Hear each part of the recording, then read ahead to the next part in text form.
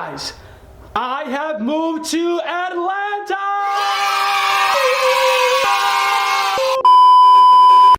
Oh my gosh, this is crazy. Woo! I'm back! I'm back! I'm back! I'm back!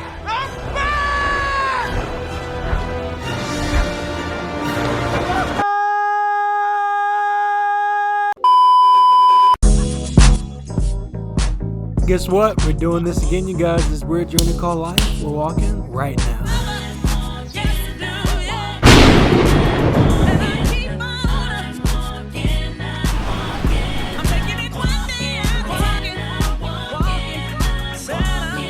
Yeah, I know times get tough every now and then, but every day is an opportunity for something amazing to happen, and let yourself know every day that you got this, because you really do. Whoa, what's good in the hood or the suburbs? Welcome back to my channel, Acting Right. Make sure y'all know what the vibe is. Now, I know what y'all are saying. Where have you been? It's been like 3 years. It's been this long, this long, this long. Where have you been? I totally get it. I have been busy. I've been inconsistent, but you know, I've been consistently busy. Sometimes there are some days that, you know, it's tiring. I have to be on 10, not 11, but 10. I'm gonna try to stay on 10 for the sake of this video, because while I'm recording this video right now, I have coronavirus 19. Yes, COVID-19. And I think I'm toward the end of the disease, the virus or anything, but that's not why y'all are here. I have made a big move, acting-wise, job-wise. Guys, I have moved to Atlanta!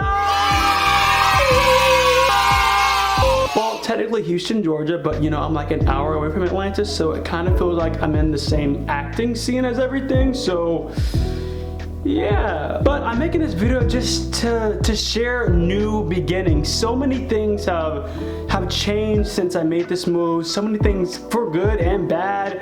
Friendships, everything. It's been a crazy, really weird turn of events right now. Anyway, just to give you guys some backstory. Hey you guys, if you don't know who I am, welcome to my channel. My name is Philip Patrick Wright. I'm a film and commercial actor, and I'm now an English teacher here in Atlanta. I just made the move to Atlanta just 3 weeks ago, and so far it's just been bizarre. Now, prior to even being in Atlanta, I used to live in Orlando. I was doing the vibes. I wasn't even supposed to be here this year, but a job opportunity happened. It was a good move career-wise for acting and for a job professionally. So before I even came to Atlanta, I was working at get this, a news station. I was working at Spectrum News and 90 Seconds. I was an associate producer there, so it definitely was a level up from the talk show that I used to work for, which was run by just two very special people that I'll do a whole video about on another day. It's another time, it's another story, one that I'll probably make into a podcast series. I have a new setup right now. You're seeing a little bit of a backdrop. It looks kind of weird right now, and yeah, there you guys are.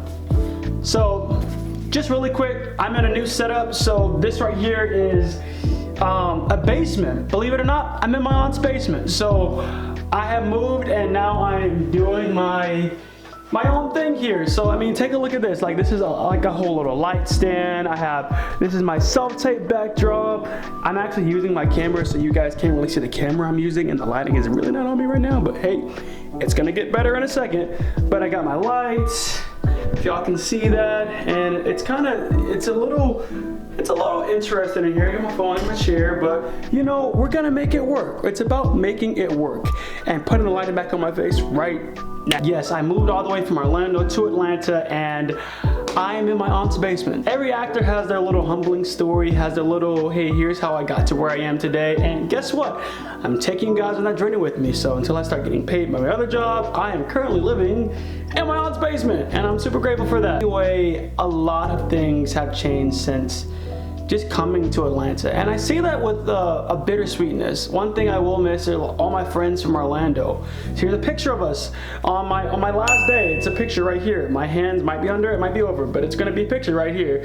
This is my last day in Orlando. I tried to get together as many of the closest friends that I had in Orlando, and it was nice to be amongst everybody one last time. Now, Orlando is not that far from Atlanta, so I definitely will be visiting, taking guys on more trips. I want to stay consistent with YouTube, and I'm putting my best foot forward to make sure I do it. I'm trying to do it for the sake of myself and for the sake of you guys that are, trying to get into acting or wondering what the vibe like is in Atlanta or Houston, Georgia, or if you want to know how your day is going. How is your day going? When I first got an opportunity to move to Atlanta, I wasn't even gonna take it.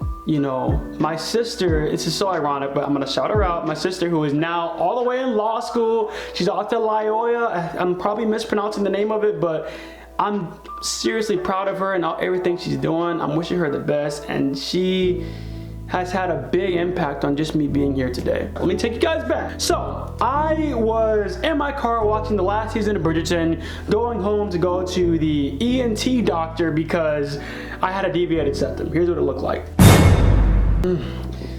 Yeah, it looks bad. I know it looks bad, but we got it fixed. It's a whole nother vlog, a whole nother time. A lot's been going on. Just try and follow me. I am literally listening to, what is the name of that song? Give Me Everything from Bridgerton season 3, and I'm in the car, I get home, I put my stuff down, I'm tired, my sister's home, my dad's home, my mom's home, everybody's home, and my sister's in the bathroom. I think she was putting on makeup to go see a friend. But I came in there complaining about, my lease is almost up in Orlando, I want to move to Atlanta, I want to take acting seriously, I want a job where I can be a little bit more free and creative and do things that I really want to do, and I don't know what I'm doing. But then my sister said to me, here's what she said. Because both my mom and my dad are teachers, my aunt was a teacher, my uncle was a teacher. So she told me, Philip, we both been dodging this teaching thing for the longest. You have family in Atlanta. You can stay with family in Atlanta, and you can have a job in Atlanta teaching. Why don't you try it for a year, maybe 2 years? It'll put you where you want, you can do acting. And then I thought about it. I thought about it for a while, all of 14 minutes. And I said, you know what? It was time. It was time to make that move. Everything just felt right. Looking back to this very day, from that day, everything has been falling into place for me to be right here. So I feel like at the age of 24, I know I'm getting older, you guys, that I have like a roadmap finally, a destination, a something. And my nose is really itching right now. I'm sorry, I'm trying not to scratch it on camera, but dear God, this COVID is making my nose itch and my toes tingle. And everything just lined up perfectly for me to take it. Now, was everybody happy that I took this opportunity? No. I was supposed to move in with one of my roommates. Now, a little bit more backtracking. My roommates are my bestest friends. My junior year, because that's when I moved in with all my really close friends that out here are close and dear to me now. We're practically family. For the sake of video content stuff, I will make sure the names are hidden. So basically, I roomed in with Lord Farquaad, Jimmy Neutron, and Mufasa. Lord Farquaad and I sometimes would, battle heads. Not necessarily battle heads, but Lord Farquaad is what you would say is a personality. It kind of breaks my heart thinking about it now. Lord Farquaad really admired the acting stuff I was doing, and I helped Lord Farquaad, do different auditions, and I set up different things. A little boastful, yeah, but hey, he's Lord Farquaad and we love him the same. As friends, me and Lord Farquaad, there was always this, I don't even know how to describe it. Maybe someone out there can relate to me with this. A sense of competitiveness from Lord Farquaad. And I think to this day, I never understood why. I never understood, why there was a sense of competitiveness. Part of me feels like I know where it's coming from. It might be a little bit of jealousy. I'm hoping that's not the case of it, because this person, Lord Farquaad, is very close to me, and I love him to this day. When I ended up not moving in with Lord Farquaad, this is like June, and I understood that Lord Farquaad would have been mad that, oh great, now I have to go find another roommate and all these different things, but I wish that Lord Farquaad, for the sake of knowing I wanted to move to Atlanta for so long, would have been a bit more happy for me. I feel like I lost some friends along the way, some really important people that I thought would support me and cheer for me growing.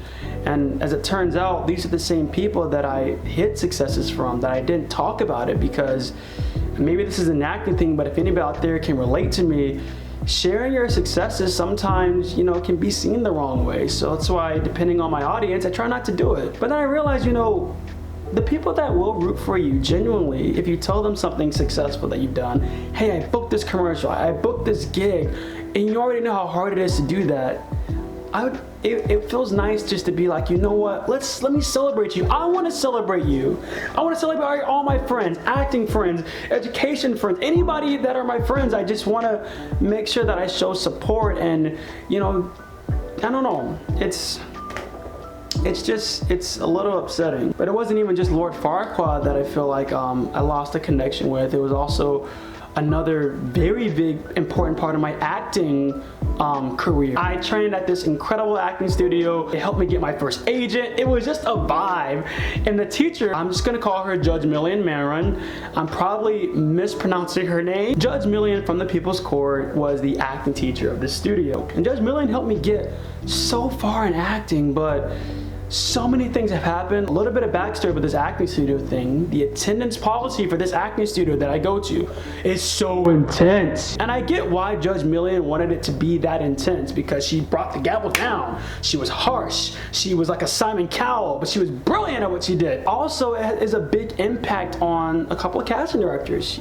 She's got a name. I got suspended, 6-month banned from the acting studio. I know you might be wondering, Philip, what did you do? How did you get banned? Oh my God. Stop. I'm gonna explain what happened. Remember that news station job that I got? It conflicted with my acting schedule. My acting class started Tuesdays from 7 to 11, sometimes 12. Gotten a new job, and they wanted me to work 2 to 11 on Tuesdays, and I tried to work with them, but I couldn't make it work. Unfortunately, I had to eat. Now, Judge Millian, she really pressured me. She said, you know what, you should be here. You're gonna get suspended. You're pushing back in your acting career. And some of that hurt my feelings. And now I think back as to the personality and how gullible I was back then, I'm just learning to grow. I'm trying to be better. I'm trying to be more organized, and I'm trying to get all my stuff together. I was banned 6 months because I wasn't able to meet that commitment because I had a new job. This was not a move that I felt like I had a choice to make. One thing I need is a job, and I had just got this job at this news station. So it was really hard for me to be able to support paying so much money for an acting class and being able to do a whole bunch of different things at once. After 6 months, I went back to the studio. I was here. I was able to make it work. I literally got off work because 6 months later they changed my schedule at the news station. So I got off work at exactly 7, but I would sneak out low-key around like 6:30, 6:45ish to make sure I got to my class on time. Now that first class back after 6 months suspension, I was 2 minutes late, and Judge Millian, she just tore me a new one for it, but I fixed it and I figured it out. Also, when I was at that acting studio, a big thing happened, which I will vlog about later. There's a vlog coming. I'm telling you, a film that I worked on 2 years ago back in 2022 was having its LA premiere at the Chinese Theater on Tuesday during one of my classes. I had to go. Thought that I would have a little bit more support from Judge Millian. The studio, yes, it was a lot of support, but it wasn't an excused absence. Even though I was going to premiere all the way in LA, it wasn't excused. And Judge Millian was really upset. And now, here's the third strike. This is strike number 3. Are you ready? I moved to Atlanta. And the fact that I moved to Atlanta, I was gonna be missing the last class of the semester.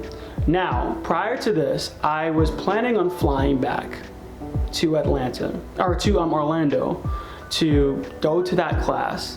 I paid $100 to get to the second to last class of my acting studio. I paid $100. Now, the acting class gets out at 11. My flight is at 11:15. I had no choice. I mean, I had to be back here for work at my new job as a teacher, and it was just a bizarre turn of events. Just lowest be known, that was probably the worst class ever. I mean, there was just, I won't even get to details about that, but there was so much that happened during that class. I was able to leave a little bit early, but I was only able to leave at 10:57. Even though my flight was at 11:15, it was getting delayed, so I thought maybe if there's a God, and there is one, he'll make a way. I ended up getting in that Uber with some old man playing Earth, Wind, and Fire all the way, driving 40 miles per hour. I did not make that flight. I did not make that flight. But you know what? Your boy still had to be at work in the morning before 7. So what did your boy do? Your boy spent $400 that was supposed to get him to that last class on a flight. And when I told Judge Million this information, that I financially could not afford to get off another flight all the way back to Atlanta, days before students come back from my new job, I'd already started the new job. It was a mess, and because of that, I made an enemy in this industry, and I made an unlikely enemy, an enemy that I wouldn't have even thought of. It's a sucky feeling, and it's something that anybody that's in the acting industry needs to be aware of. Even if you have the greatest intentions, even if you are a good person, even if you financially can't be at certain places, people will get offended. And Judge Million was going through a lot family-wise too at the moment, which maybe is why things went as sour as they did. But basically, Judge Million said, you know what? I'm done with you. I don't want to vouch for you in the industry. I can't, because you couldn't be here at my last class that I was paying you money for. So really, I'm at the disadvantage, but whew. See, I remember when it first happened, this is the first song that came into my head.